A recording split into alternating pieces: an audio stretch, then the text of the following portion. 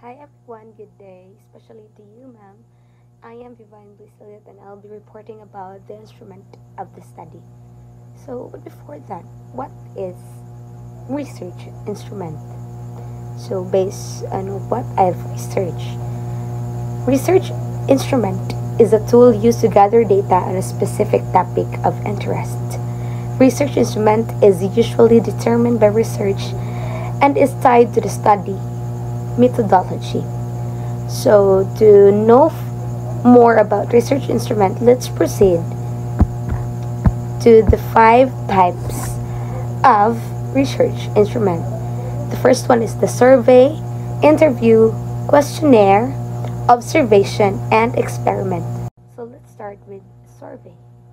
So in survey, it contains blunt questions which are used to measure attitudes, perceptions, and opinions.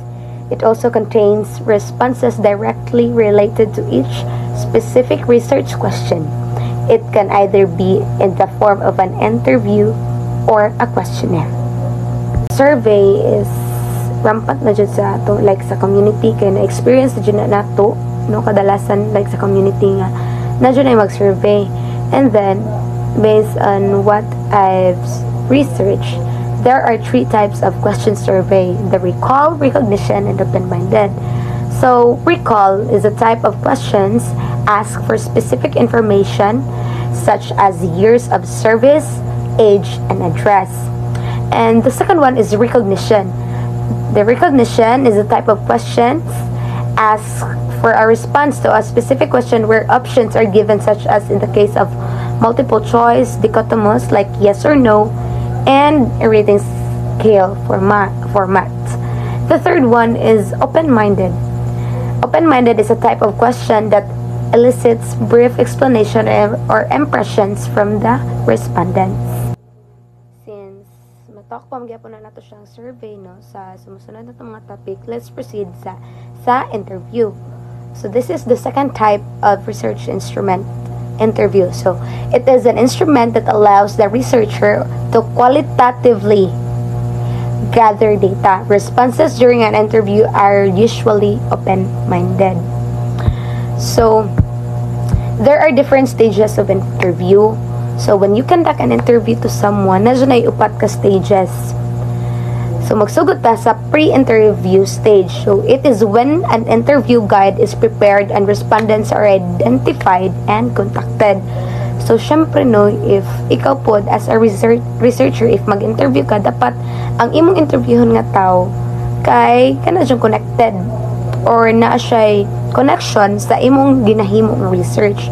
So sa pre-interview stage pa lang ma-identify na nimo kung kinsa ang imong need nga respondents ug imo na sad siya makontak nga kana mo himuaw kanang mo conduct ka interview sa iya.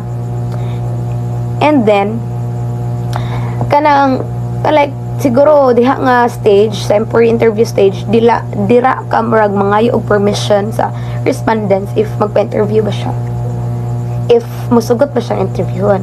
And the second stage is warm-up stage. So in this stage, it is the initial part of the interview when questions make the respondents more at ease are asked. Siguro no, ang ako sang nakuan diri sa warm-up stage, kana ganing at ease lang sila makatubag. Like for example, kanang ilang personal experiences or personal information nila, like if ilangan, ilang age, ilang like katong for example kanang kung unsay like connection nila sa kanang kuan, like mo share sila gamay para syempre no katuhuan pud nato nga ang ilang mga response kay mo connect sa jud sa atong research. The next one is the main interview stage. So nana diri ang kanang content jud o nganong ang purpose nganong imo jud nagi-conduct nga interview para sa iyaha. So it is when the main questions directly related to the research questions are asked. So muna na og giingon nga nanadiri ang mga question nga ma-relate sa imong research og ang iyang kanang mga importante nga angay niya nga matubag para sa imong research. And the fourth one is the closing stage. It is when questions are asked to wind down the interview and respondents are acknowledged and thanked. So Since humana man ka sa imong tumong og tuyo sa main interview stage, ari sa closing stage no kay ari na nimo i-acknowledge og pasalamatan ang respondent nga imong na-interview kay syempre no dili ra batanan respondents mo sugod nga interviewon. So if there are 3 stages sa interview, of course na dyan na ang guidelines when conducting an interview. So first one is, before the interview, arrange the questions logically to make the flow of the interview smoother. So, before pa jud ka mag-start sa imong pag-interview, dapat ang imong mga questions kay arrange na og prepare na nadaan kay para ang flow sa interview kay smooth ra gani, kanang padayon-padayon ra ba. Og wala na kanang kuan nga ang sujud to na wala na kanang mga unnecessary nga mga pambuhaton kay syempre prepared naman daan ang mga questions. Ang sunod is begin by introducing yourself and the purpose for the interview. Of course, you should introduce yourself no to the kanang respondents nga imong interview nga kana ako di ay si kani student of that of BS, for example, I am Vivian Gisilio, then I am a student of BS Math 3, and the purpose of this interview kay para sa mong research na entitled istorya sa nani mo kay para may buwan sa niya no nga connected siya o angay niya matubag ang mga questions sa interview kay na naman siya ikuan sa like hint bitaw sa inyong research. Yeah, tell the respondents that you will handle the information with utmost confidentiality and care. O imo sa na sila pasaligan o ang mga like yung interview nimo imo sila kanang like siguro promisan nga syempre ang ilang mga tubag confidential jud na no kanang dili siya angay isaya-saya sa kwan sa uban, dapat imuha na jud na siya imo guna sila pasaligan no nga i-handle nimo ang ilang information nga confidential. Next, kay have a warm-up stage to make the respondents more comfortable. So, mo na matano, warm-up stage. Ato na to na storyan. Sa warm-up stage, dapat ang imo kan kay kanagayng murag syempre from the word warm-up kay para bitong at ease na sila mo o comfortable na sila sa imong mga pangutana sa sumusunod. Next, kay adjust your language to the respondents. For example, no, kadalasan magud nato diri sa ato ang atuang research is more on English language. So, naman jay uban students like respondents nga maglisod og English so para mas magather nimo og tarong, mas masabtan nimo og tarong ang iyang tubag, imo sa i-translate kung asa siya prefer nga language, like for example no if ganan mas makasabot siya sa Bisaya, so atong Bisayaon kay para ang iyang matarong niya og tubag o para makagather sa information nga tarong pod og dili ta maglibog, like wala bitay ka ng language barrier. Sakto ba ko? And next is make the length of the interview reasonable, otherwise your respondents might get bored or annoyed. So bitaw no kanang murag tag every minute count, every second count, like suliton bitaw na to ang oras no, dili na to palangay-langayon nga napay mga kanatang chichibiruchi kay madugay man jud ang atong gina-interview ana, syempre laayon jud o ganang maanoy ba kana gani. Next is record the interview because you may need to transcribe the gathered data. However, make sure you inform or get the approval of the interviewee. Na kuha na po na sa stage like sa pre-interview stage ba, diba gina-contact na to sila na marag ni ask permission nila, pwede pod no nga before ta mo conduct sa interview ato good sila pangutanon nga ato silang pangayuan o kanang permiso bitaw like permission nga mag-take tag video kay syempre transcribe na sa mga data o for example dili ra ba kaingon nga usa lang ang imong nga interview para bitaw dili magkakuan nga sure jud to ang imong nagather nga data. So nakay video nga i-look back kay para sure jud ang imong mga nagather nga data nga information nga sa iha jud ang ikan ana. And next, kay always thank the respondents for their time and effort. Syempre guys, dili lalim ang interviewon and we should be kanang kita nga researcher, we should be thankful of course sa ilang time ug effort nga gigahin sa atoa. So okay, now let's proceed to the third type of research instrument, which is the questionnaire. So The questionnaire is the least written questions to get specific information. Responses in the questionnaire are usually dichotomous and use identification type of test. In some cases, open-minded questions are incorporated in the questionnaire. So, kaning questionnaire guys, kay familiar na siya kay taani, kay naka-experience naman ta nga nahatagan tag mga questionnaires bitaw sa atong mga kanang mga elders bitaw, mga nag-una sa ato mga seniors. No, kuan na kadalasan jud ana kay dichotomous yes or no or identification. Kuan ang uban gali no kay kanang sa to kanang sometimes ana ba, sometimes, frequently, several, mga inana jud.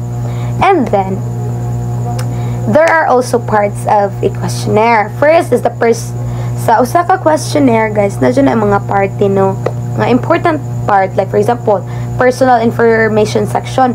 Mao jud na ang pinakauna jud sa questionnaire good, mga makita nimo ang personal information. It includes the name, pero di ba kadalasan sa name kay optional jud ang name, pero ang age, date of birth, address, educational background, and other personal information about the respondents kay kuan jud siya, like importante jud siya kay inig kuan naman na nato tandi na ganin nato, like for example na sa example lang nato sa research no, na dito ang age no, so i-bracket jud na nato ang age nga 18 said yes nga kaniya na for example lang na sa questionnaire. So note that only personal information relevant to the research study should be asked. So muna tawag ingon no nga ang atong mapangutana jud sa ang atong mabutang sa questionnaire nga atong mapangutana sa respondents kanang gamit sa atong research, kanang uban like cellphone number dili naman na gamit, so dili na lang nato i-appealan na. Next is the basic question section. So it serves two purposes. The first one is to establish that the person you are asking is the right person for the study. So nastorya na po na nako nga sa basic question section no, pangutana gud nato lamang pangutana diha if kanang for example ang atong study is para sa student unya teacher di ay ko, so by that sa basic question section mahibawan nato nga para din sa students o dili din ni para nako, like inana gani mahibawan nato dito nga para ba ni nako kanang makatabang budget ko ani inana as a respondent. And then the second purpose, which is only applicable to interview kay, is to establish rapport with the interviewees. So ang ikatuluan na nga section kay ang main question section. So ato naman na storya no nga ari sad sa main question section mao na ni siya it contains questions that are directly related to your research. It is ideal to have multiple questions for each specific research question. The greater the number of questions, the greater the possibility of more conclusive results. So kani sa main question section guys, na jud diri mo na to gingon nga ang atong tumong og tuyo bitaw. Atong tumong og tuyo nga information nga ilang question nga information nga atong mag-gather nga data para gamit sa atong research. So mo na yung kuan diri nga multiple questions sa usa ka research question, specific research question no, kay mas nindot jud siya nga kay para sure bitaw o kanang dili na kanang ato ang ilang information nga mahatag sa tuwa ba kay sakto gud kay tanan.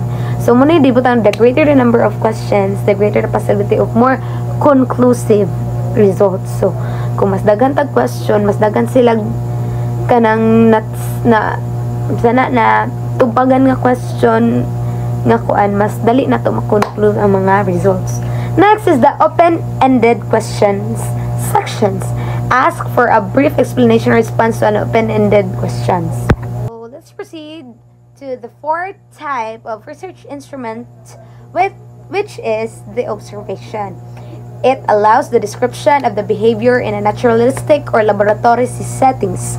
Usually, this instrument is used to cross-validate the results of other instruments. So, ang kaning observation, no, magamit dyan siya para makross-validate nato ug matugma ba jud ang ilang gipang tubag sa other instruments, like sa katong sa questionnaire, sa survey, di ba? So an observation is most useful when the answer is to When the answers to research questions require description of behavior and setting, and when the respondents cannot literally answer interview questions and questionnaire for some valid reasons such as inability to speak and write. So, ang observation should magdepende sa atong unsa gud nga research. For example, ang atong research kay para sa infants, mabuhatan din na nato ang infants og interview o questionnaire nga dili man kay syempre dili pa na sila ka storya jud o dili pa sad sila kasuwat. So, if ang atong research kay observation ra ang atong kaya nga mahimong research instrument, so na jud ang observation no, kay kita ra jud anay mo kuana magsira jud tag-observe. And then there are also types of observation like participant and non-participant observation. A non-participant type of observation allows the researcher to observe the subjects without interacting with them. Hence, the subject do not know that they are being observed. This type of observation is usually employed by psychologists when observing animals and children. So, muna to no, like ang infant, dili wala man na sila kalibutan pa nga ato, for example ato sila na observe tika dili wala para ba na sila ingon kalibutan pa. So sila ang akong like ma-example as a non-participant type of observation kana gayeng dili sila aware nga gin-observeran sila without wala kay istorya, dili mo magka-interact duha. And then, a participant observation allows the researcher to interact actively with the subjects. In some cases, researchers immerse themselves in a group or community for a long period of time. O, diyan na, mag-obserbar na ka with interact sa ilaha. And next, kay ang structured and unstructured observation. Structured observation occurs when the researcher has a list of behaviors that he or she wants to observe. Like structured, for example, last sila mga behaviors nga need mo siguro no kay kanang mga PWDs or for example kanang mga nay ADHD no, para makuha na to ang research na to about them. Syempre ato like researcher has a list of ang behaviors yun na like structured observation na gina-structure na ang like ilang mga behaviors nga atong needing observe. And next is the unstructured observation occurs when the researcher allows behaviors to emerge. These behaviors are then documented through in-depth narrative account. So let's proceed to the covert and overt observation. So covert observation occurs when the subjects are not aware that they are being observed. Dili sila aware nga gina-obserbahan lang sila. Overt observation occurs when the subjects are aware that they are being observed. So from toward overt no, aware sila nga gi-obserbahan sila. So let's proceed to the fifth type of research instrument, which is the experiment. Experiment is a procedure undertaken scientifically and systematically to make a discovery and to test hypothesis. Kita BSed Matric kay ba na jud ta kung unsay hypothesis, di ba? It's like a guess bitaw nimo. So an experiment can be performed in a laboratory or in a natural setting following the steps. So naay steps ang experiment. First, make observations. Daghan katong klase sa observations. So una, magamit nato ang uban research instrument to make this research instrument like this experiment. Next is develop the hypothesis. Wala mo guess na din ka ana. Na siya term ang hypothesis jud. So i-guess na nimo. Then sunod, design the experiment. Then conduct the experiment. Replicate the experiment to ensure the reliability of the results. And ang fifth kanang steps kay analyze the result. So if nana kay result, i-analyze na nimo sabto na nimo tarong ang result, then you can now decide on whether to accept or reject the hypothesis based on the result. So if ma-analyze na nimo ang result, it create na kag experiment diha na nimo makuha na imong hypothesis ni reject siya or ni accept. So that are the 5 types of research instrument: the survey, the interview, the observation, questionnaire, and experiment. And for sa katong mga research instruments, napoy advantages o disadvantages. So let's start with The advantages and disadvantages of questionnaires.